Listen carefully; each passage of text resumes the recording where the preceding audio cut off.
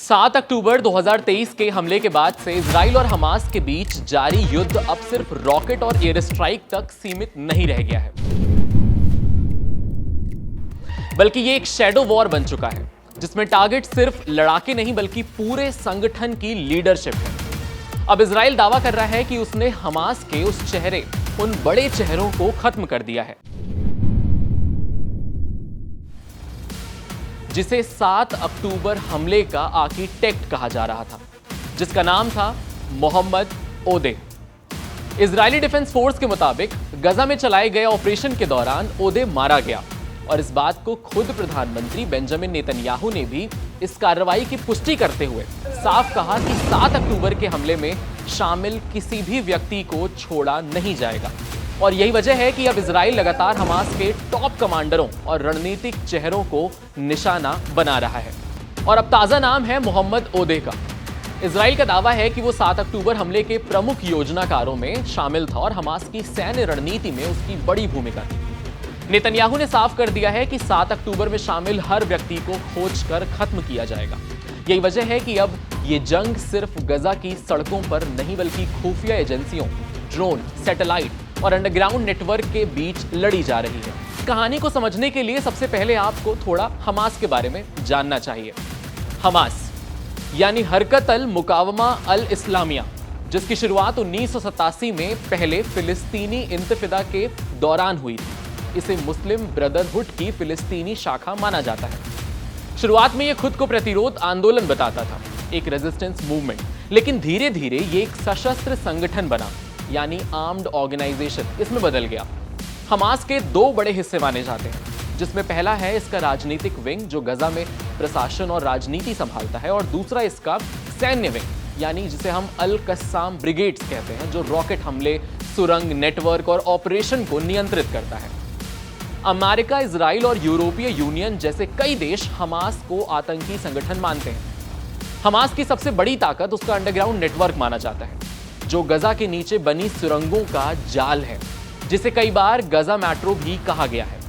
संगठन की सैन्य रणनीति का अहम हिस्सा यही है क्योंकि इन्हीं सुरंगों में हथियार छिपाए जाते हैं, कमांड सेंटर बनाए जाते हैं और लड़ाके मूवमेंट यहीं से करते हैं।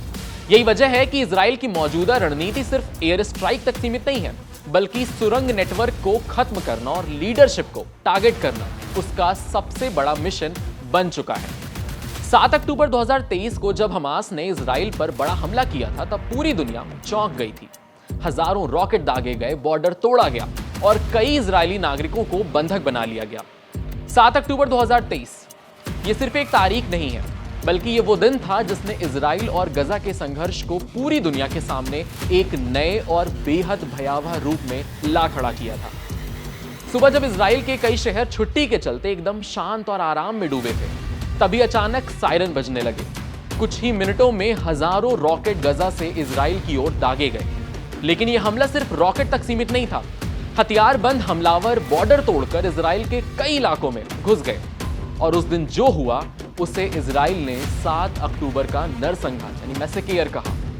हमास ने इस ऑपरेशन को ऑपरेशन अल अक्सा फ्लड का नाम दिया, जिसमें इजराइल के मुताबिक इस हमले में बड़ी संख्या में आम नागरिक मारे गए, कई लोग घायल हुए और दर्जनों लोगों को बंधक बनाकर गजा ले जाया गया। ये वही हमला था जिसने पूरे क्षेत्र को युद्ध की आग में झोंक दिया। कई परिवार ऐसे थे जिनकी सुबह सामान्य तरीके से शुरू हुई थी, लेकिन कुछ घंटों बाद उनकी दुनिया पूरी तरीके से बदल चुकी थी। कई घरों में गोलियां चल रही थी, कहीं लोग छिप रहे थे, भाग रहे थे और तो और कई परिवार के सारे लोग खत्म हो गए।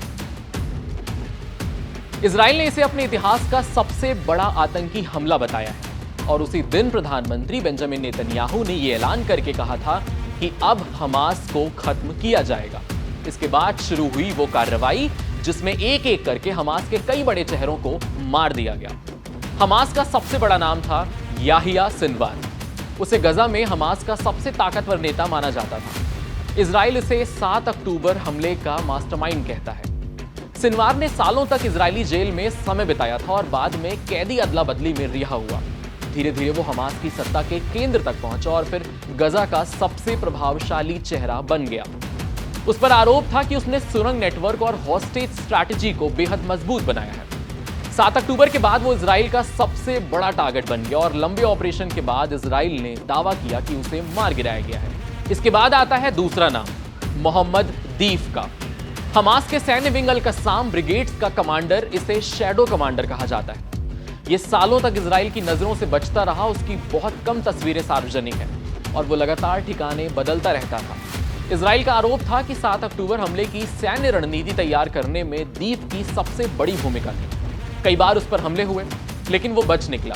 आखिरकार युद्ध के दौरान इजराइल ने दावा किया कि एयर स्ट्राइक में वो भी मारा गया। इसी कड़ी में तीसरा नाम है इस्माइल हानिये का। ये नाम भी सामने आया। हानिया हमास का राजनीतिक चेहरा माना जाता था। वो अक्सर कतर और दूसरे देशों में रहकर संगठन के लिए समर्थन जुटाता था। मीडिया इंटरव्यू, अंतर्राष्ट्रीय बातचीत और फंडिंग नेटवर्क में उसकी सबसे बड़ी भूमिका मानी जाती थी।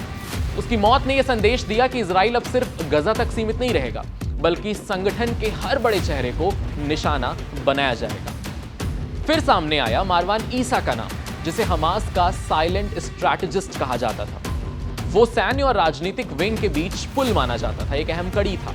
बेहद कम सार्वजनिक दिखने वाला ये कमांडर हॉस्टेज ऑपरेशन और बैटलफील्ड कोऑर्डिनेशन में अहम भूमिका निभाता था। इजराइल के मुताबिक उसकी मौत हमास के कमांड और कंट्रोल के मामले पर बड़ा वार कर रही थी। हमास में किसी कमांडर का मतलब सिर्फ हथियार चलाने वाला लड़ाका नहीं होता, बल्कि वो पूरे संगठन की सैन्य रणनीति, नेटवर्क और ऑपरेशंस का दिमाग माना जाता है। हमास का ढांचा कई हिस्सों में बटा हुआ है और उसके सैन्य विंग अल कस्साम ब्रिगेड्स के कमांडर अलग अलग जिम्मेदारियां संभालते हैं। कई रॉकेट यूनिट को कंट्रोल करता है, कोई सुरंग नेटवर्क को कंट्रोल करता है, कोई बॉर्डर ऑपरेशन की प्लानिंग करता है और कोई लड़ाकों की भर्ती और ट्रेनिंग संभालता है। बड़े कमांडरों के पास सिर्फ सैन्य ताकत नहीं होती, बल्कि वो संगठन की रणनीति, दिशा, ये सब तय करने में एक अहम भूमिका निभाते हैं। यही वजह है कि हमास के भीतर कमांडर का दर्जा बेहद प्रभावशाली माना जाता है। याह्या सिनवार हो, मोहम्मद दीफ हो, मारवान ईसा जैसे चेहरे सिर्फ संगठन के सदस्य नहीं थे, बल्कि वो हमास की डिसीजन मेकिंग चेन का एक मजबूत हिस्सा थे। इस पर आप क्या सोचते हैं कमेंट सेक्शन में हमें जरूर बताइएगा। आपके साथ मैं हूं वात्सल्य, सारथी का सौदन, और कैमरे के पीछे मेरे साथ थे नकुल जी। ऐसे ही अमेजिंग एक्सप्लेनर्स देखने के लिए कड़क के यूट्यूब चैनल को सब्सक्राइब करिए, फॉलो करिए इंस्टाग्राम पर और देखते रहिए कड़क।